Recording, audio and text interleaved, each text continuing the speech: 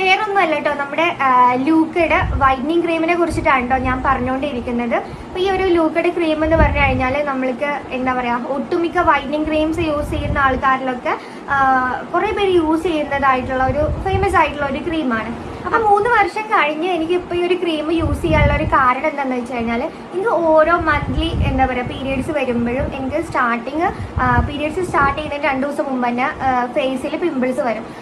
ആ ഒരു പിമ്പിൾ എന്ത് ചെയ്യും, നല്ല പെയിനും ഉണ്ടായിരിക്കും. പിന്നെ അത് നമ്മളെ പീരിയഡ്സ് തീരാറാകുമ്പോഴേക്കും അതിങ്ങനെ മാഞ്ഞു പോകും ചെയ്യും. ഓരോ മാസത്തിലും എനിക്ക് ഇങ്ങനെ എന്താ പറയാ പിമ്പിൾസ് വന്നുകൊണ്ടിരിക്കുമ്പം അത് മുമ്പ് വന്നിരുന്ന പാടുകൾ മാഞ്ഞു പോകുന്നുമില്ല. അപ്പോൾ എനിക്ക് എന്താ പറയാ കുറച്ച് ടെൻഷനായി. അപ്പോൾ ഞാൻ ഒരുപാട് ഓയിൽമെന്റ്സ് ഒക്കെ, അതേപോലെ ഡോക്ടറെ കണ്ടു, ഓയിൽമെന്റ്സ് ഒക്കെ യൂസ് ചെയ്തു. അസീഡം ഞാൻ തന്നെ കുറേ റിവ്യൂസ് ഇട്ടിട്ടുണ്ട് ഓരോ പ്രോഡക്റ്റിൻ്റെ ഞാൻ യൂസ് ചെയ്തിട്ടുള്ള. അപ്പോൾ അതൊന്നും ചെയ്തിട്ടും ഞാൻ ഉദ്ദേശിക്കുന്ന പോലെ ഒരു റിസൾട്ട് എനിക്ക് കിട്ടിയില്ല കേട്ടോ.